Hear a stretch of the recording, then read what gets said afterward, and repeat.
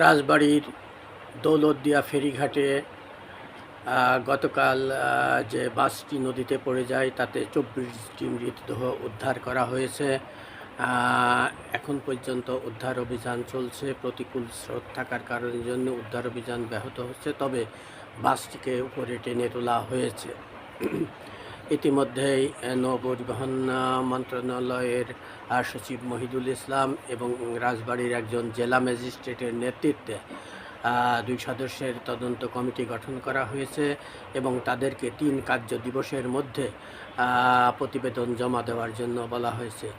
অপরদিকে এই দুর্ঘটনার কারণে যে ক্ষয়ক্ষতি হয়েছে তাতে নিহতদের প্রতিটি পরিবারকে 25,000 টাকা এবং আহতদের চিকিৎসার জন্য 15,000 টাকা করে জনপ্রতি দেওয়ার ঘোষণা দিয়েছেন প্রধানমন্ত্রী তারেক রহমান।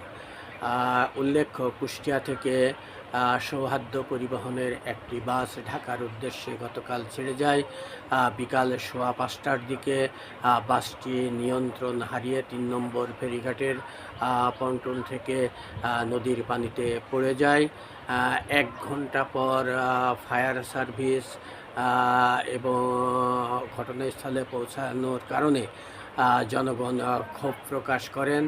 যাই হোক, সবশেষ উদ্ধার অভিযান শুরু হয় এবং এই উদ্ধার অভিযানের পরে ধারণা করা হচ্ছিল যে সেখানে ব্যাপক প্রাণহানি ঘটতে পারে।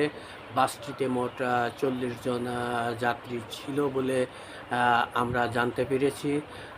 সবশেষ তথ্যে 24টি মরদেহ বাসটি থেকে উদ্ধার করা হয়েছে এবং এখন পর্যন্ত অনেকেই নিখোঁজ রয়েছে।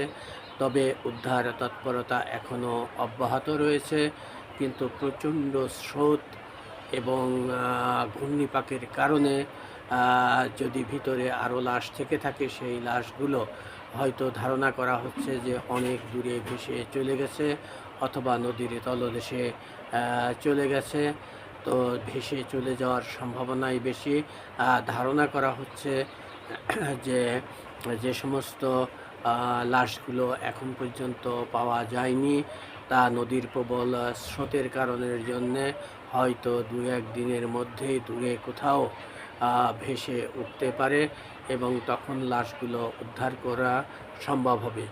এদিকে রাজবাড়ী জেলা প্রশাসন এবং নৌ পরিবহন মন্ত্রণালয় লাশগুলোর শনাক্তের কাজ অব্যাহত রেখেছেন। তারা লাশগুলোকে শনাক্ত শেষ করে সরকারি প্রক্রিয়া শেষ করে পরিবার পরিজনদের কাছে হস্তান্তর করবেন বলে জানা গেছে।